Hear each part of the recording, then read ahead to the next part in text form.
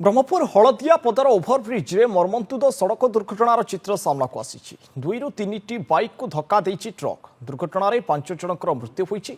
दुर्घटना घटाई truck driver को काबू करिछि पुलिस। मृतकों मध्य जड़े डेलीवरी बॉय घटनास्थल में ब्रह्मपुर उपजिलापाल बीएमसी कमिशनर सहित पुलिस पहुंची तदंत करुछि। सेबडे मृतकों परिवार को 4 लाख लेखाएं अनुकंपामूलक सहायता राशि घोषणा करिसेंति मुख्यमंत्री। मृतक माने हेउचंती गुंठपड़ार शिवराम जेना, ब्रह्मपुर सूर्य पंडा, सामासिंगीर सत्यनारायण बेज, फुलटार राकेश नाहक एवं जगन नाहक बोली जहाँ सूचना रही। गोटे पर गोटे बाइक को धक्का देतिला ये ट्रक एवं दुर्घटना ये गोटे बड़ अघटना घटी 5 जनकर मृत्यु खबर सामना को आसुची। अन्यपटे पुलिस ट्रक ड्राइवर को अटक रखि नहीं जहाँ सूचना रही। एटा बहुत किसी बहुत डेंजर जगह एटा होचे डीपल स्कूल समय बहुत जाम होचे। एटा ट्रैफिक समस्या किसी ना आ जो टोल गेट अच्छी से टोल गेट पाखे बहुत माने कौन न्याय नहीं ट्रक माने नो एंट्री छाड़ दौरान माने नो एंट्री लगे ट्रक जाक माने फसी जाउछन्ती भितरे नाई आउ किसी कह ना रास्ता रोकड़ हबार जुगु समस्त असुविधा साधारण 2-3 वर्ष भितर प्राय 10-12 लोक मलेनी माने एक्सीडेंट ओवरटेक गाड़ी माने ओवरटेक करिया जुगुरु लोक माने साइड रे आसले हेले ओवरटेक करिया जुगुरु माड़ खाउछ। जी हमरो सूर्यनारायण पंडा जी हमरो ऑफिस स्टाफ ब्लू डार्ट रो सी सकाळू तांकर नित्य कर्म रे ड्यूटी ऑन ड्यूटी रे बाहरला बेलू हमरो गुसनागा हल्दिया पदर ओवर ब्रिज रे गोटे ट्रक गोटे द्रुतगामी ट्रक गोटे ओवरटेक करि आसला। सूर्यनारायण पंडा समेत आउ 4-5 जन को चकुड़ देकी पळला। सड़क सुरक्षा मासर शेष दिन मर्मंत दुर्घटना 5 मृत्यु बहुत दुर्भाग्यजनक।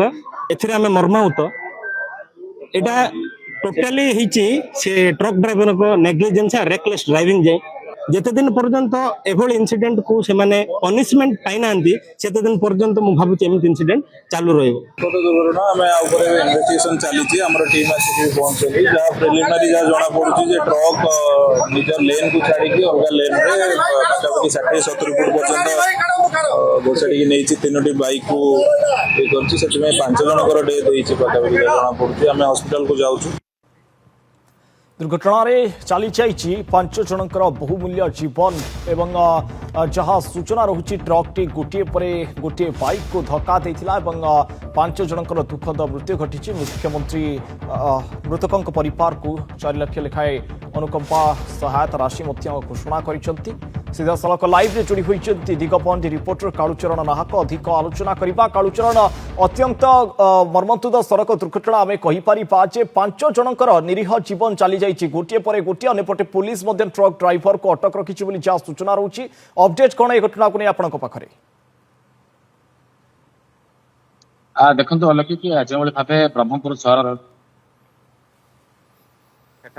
गोटे ट्रक माड़ी जाइए 3टी बाइक रु 5 जनकर घटनास्थल में ही मृत्यु होती जड़े गुरुतर अवस्था से ब्रह्मपुर एमकेसीजी चिकित्सित होती। जो ट्रक ड्राइवर रही जो हेल्पर रही से ब्रिज तल को डेई पड़ी फेरार हो जाते परवर्ती मुहूर्त में दक्षिणांचल आईजी ब्रह्मपुर उपजिलापाल और आरटीओ और घटनास्थल पुलिस अधिकारी माने पहुंची जो भाव जो रही अधिकारी माने पहुंची पहुंचवा पर जो रही जो ट्रैक्टर जो रही ट्रक ड्राइवर रही ट्रक ड्राइवर को गिरफ कर चिकित्सा करके गिरफ कर जो ट्रक टी गोसाणी नुआगां थाना अटक रखा देखा जो 5 जन मृतदेह को ब्रह्मपुर भर्ती कर एमकेसीजी सेठारे वर्तमान शव को व्यवच्छेद कर जो परिचय वर्तमान मिल सारे से जड़े रोचे सरकारी कर्मचारी अच्छा अन्य मैंने जड़े रोचे डेलीवरी बॉय रही जो ब्रह्मपुर सहर जड़े रही बेले फुलटार 2 जन रही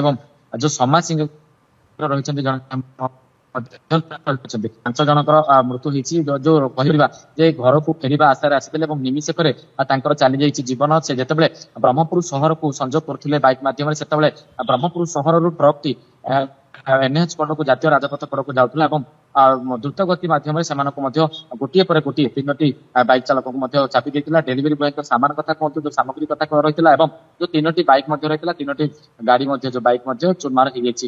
ପରବର୍ତ୍ତୀ ମୁହୂର୍ତ୍ତରେ ଏନକେସିଜିରେ ମଧ୍ୟ ଘଟଣାସ୍ଥଳରେ ବୋଝି ସମ୍ପର୍କ ପାଇଁ ମାନେ ଯୋଉ ଜିଲ୍ଲା ପ୍ରଶାସନ ସମ୍ପର୍କୀୟ ମାନଙ୍କୁ ସୂଚନା ଦେଇଥିଲା ଏବଂ ପରବର୍ତ୍ତୀ ମୁହୂର୍ତ୍ତରେ ଯୋଉ ପ୍ରଶାସନିକ ଅଧିକାରୀଙ୍କ ଠାରୁ ସମ୍ପର୍କୀୟ ମାନେ ଶୁଣିବା ପରେ ଆସିକି କାନ୍ଦ ମୋବାଇଲରେ ଫାଟି ପଡୁଛି ଏନକେସିଜି ମେଡିକାଲ ପରିସର ଏବଂ ବର୍ତ୍ତମାନ ମଧ୍ୟ ତାଙ୍କର ଶବ ମଧ୍ୟ ବ୍ୟବଚ୍ଛେଦ କରାଯାଉଛି। ଯଦି କହିପାରିବା ଯେ ଯେଉଁଭଳି ଭାବେ ଯୋଉ 3ଟି ଗାଡିଟି ଚୁରମାର ହେଇକି ସେଠାରେ ପଡିଥିଲା, ସେଠାରେ ଯଦି କହିବା ନୋ ଏଣ୍ଟ୍ରି ଜୋନ୍ ରହିଥିଲା ସେଠାରେ, ଯେହେତୁ ବ୍ରହ୍ମପୁର ସହରକୁ ଗୋଟିଏ ପଟେ ଏଣ୍ଟ୍ରି ଏବଂ ଗୋଟିଏ ପଟେ ଏକ୍ସିଟ୍ ରହିଥିଲେ ମଧ୍ୟ ଗେଟ୍ ରହିଥିଲେ ମଧ୍ୟ 2ଟି ଯୋଉ ରହିଛି ଗେଟ୍ ରହିଛି, 2ଟି ବ୍ରିଜ ମଧ୍ୟ ରହିଛି, ଓଭର ବ୍ରିଜ। ତେବେ ନୋ ଏଣ୍ଟ୍ରି ସମୟରେ ମଧ୍ୟ ଟ୍ରକଟିକୁ କିଭଳି ଭାବେ ଛଡାଗଲା ଏବଂ ଯୋଉ ଦେଖିବା ଯାହା ଅଞ୍ଚଳବାସୀ ସହରବାସୀ ଯାହା ସୂଚନା ଦଉଥିଲେ ଯେ 2-3 ବର୍ଷ ମଧ୍ୟରେ 15ରୁ 20 ଜଣଙ୍କର ମଧ୍ୟ ଜୀବନ ଚାଲି ଯାଇଛି। ଯେ କହିବା ରାଜ୍ୟ ସରକାର ମଧ୍ୟ ମୃତକଙ୍କ ପରିବାରକୁ 4 ଲକ୍ଷ ଟଙ୍କା ଲେଖାଏଁ ସହାୟତା ରାଶି ପ୍ରଦାନ କରିଛନ୍ତି ଏବଂ ଘୋଷଣା କରିଛନ୍ତି।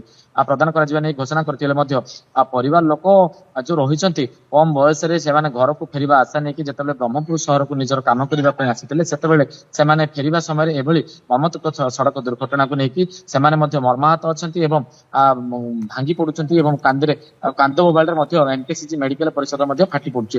ଦେଖିବା କାଳୁଚରଣ ଯେହେତୁ 5 ଜଣଙ୍କ ଦୁଃଖଦ ମୃତ୍ୟୁ ଘଟିଛି, ପରିବାର ଗୋଟିଏ ଶୋକର ଛାୟା ଖେଳି ଯାଇଥିବ, ନିଶ୍ଚିନ୍ତ ସ୍ୱାଭାବିକ କଥା। କିନ୍ତୁ ବଡ଼ କଥା ହେଉଛି ଯେ ସ୍ଥାନୀୟ ଲୋକେ କହୁଛନ୍ତି ଏଭଳି ଘଟଣା ନୀତିଦିନ ଘଟୁଛି।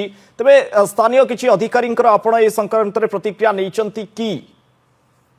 ଦେଖନ୍ତୁ ଅଲୋକିକ, ଯେତେବେଳେ ଆମେ ଆରଟିଓଙ୍କର ପ୍ରତିକ୍ରିୟା ନେଉଥିଲେ ସେତେବେଳେ ଆରଟିଓ ମଧ୍ୟ ସୂଚନା ଦେଇଥିଲେ ଯେ ଯେଉଁଭଳି ଭାବେ ଗାଡିର କାଗଜ ପତ୍ର ଯାଞ୍ଚ କରାଯିବ ଏବଂ ଏଇ ରାସ୍ତା ଦେଇକି କେଉଁଭଳି ଭାବେ ସେମାନଙ୍କୁ ଛଡାଗଲା, କାହିଁକି ନୋ ଏଣ୍ଟ୍ରି ଜୋନରେ କୋଉମାନେ ଗଲେ, ତାକୁ ନେଇକି ମଧ୍ୟ ବ୍ରହ୍ମପୁର ଉପଜିଲ୍ଲାପାଳ ମଧ୍ୟ ଘଟଣାସ୍ଥଳରେ ପହଞ୍ଚିଥିଲେ ଏବଂ ଯାହା ଆରଟିଓଙ୍କର ସୂଚନା ରହିଥିଲା ସେ ଗାଡିର ଯାଞ୍ଚ ପତ୍ର କରିବେ, କାଗଜ ପତ୍ର ଯାଞ୍ଚ କରିବେ ଯାହା କହୁଥିଲେ। କିନ୍ତୁ ଉପଜିଲ୍ଲାପାଳ କହୁଥିଲେ ନୋ ଏଣ୍ଟ୍ରି ଜୋନରେ, ତାକୁ ନେଇକି ମଧ୍ୟ ବ୍ରହ୍ମପୁର ଦକ୍ଷିଣାଞ୍ଚଳ ଆଇଜି ରହିଛନ୍ତି ସେ ମଧ୍ୟ କହୁଥିଲେ ସିସିଟିଭି ଯାଞ୍ଚ କରାଯିବ ଏବଂ ଆଗାମୀ କ୍ଷେତ୍ରରେ ମଧ୍ୟ ତାକୁ ନେଇକି ପଦକ୍ଷେପ ନିଆଯିବ ବୋଲି ସୂଚନା ଦେଉଥିଲେ। ଓକେ, ପରବର୍ତ୍ତୀ ସମୟରେ ଯାଞ୍ଚ ପ୍ରକ୍ରିୟାକୁ କଡ଼ାକଡ଼ି କରାଯିବ ବୋଲି ସୂଚନା ଦେଉଛନ୍ତି ପରିବହନ ଅଧିକାରୀ। କିନ୍ତୁ ବାସ୍ତବରେ ଇଏ ପ୍ରତିକ୍ରିୟା ତାଙ୍କର କେତେ ଦୂର କାର୍ଯ୍ୟକାରୀ ହେଉଛି ତା ଉପରେ ନିଶ୍ଚିତ ଭାବରେ ଆପଣ ନଜର ରଖନ୍ତୁ ଏବଂ ରିପୋର୍ଟ ମଧ୍ୟ କରନ୍ତୁ। କାଳୁଚରଣ, ବହୁତ ବହୁତ ଧନ୍ୟବାଦ ବର୍ତ୍ତମାନର ଆଲୋଚନା ପାଇଁ।